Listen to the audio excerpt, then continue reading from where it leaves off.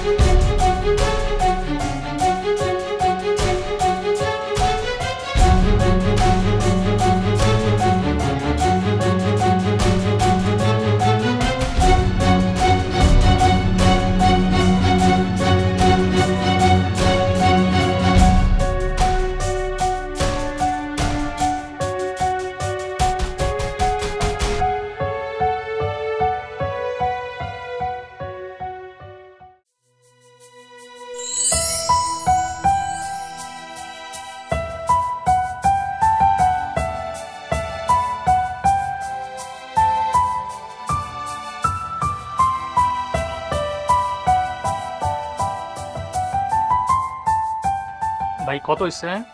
আচ্ছা, আর কি খেয়েছেন? একটা রুটি। 20 টাকা। এই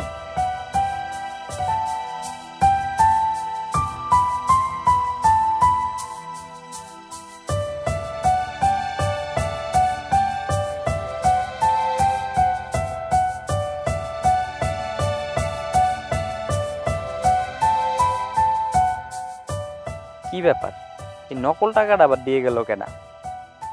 থাক, যে দেওয়ার দিছে কাউরে না কাউরে আবার চালাই দি মনে।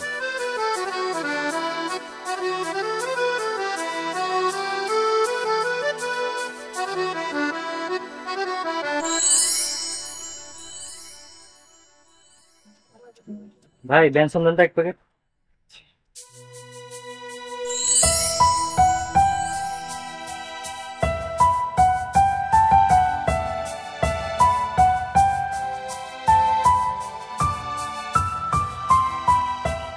পেনশন টাকাটা দিচ্ছি।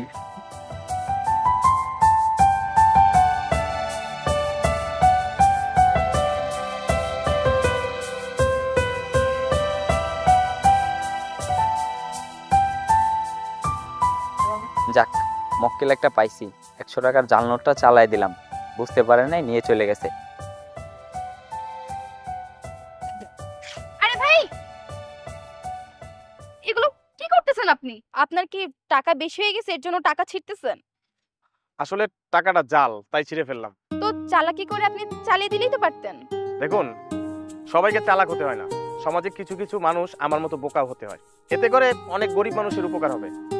একটা কথা কি, এই 100 টাকা হয়তো আমার কাছে তেমন কিছুই না, কিন্তু একটা গরিব মানুষের কাছে এই 100 টাকা তাদের পুরো পরিবারের এক বেলার খাওয়া। দেখুন, একটা রিক্সাওয়ালার কথা ধরুন।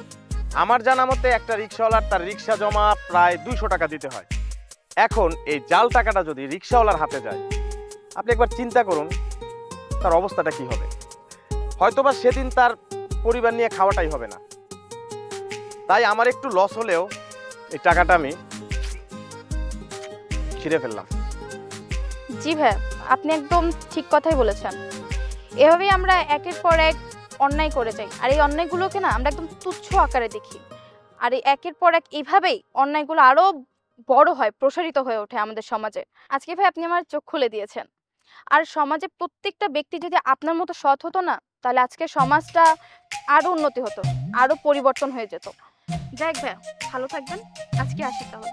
আপনিও ভালো থাকবেন।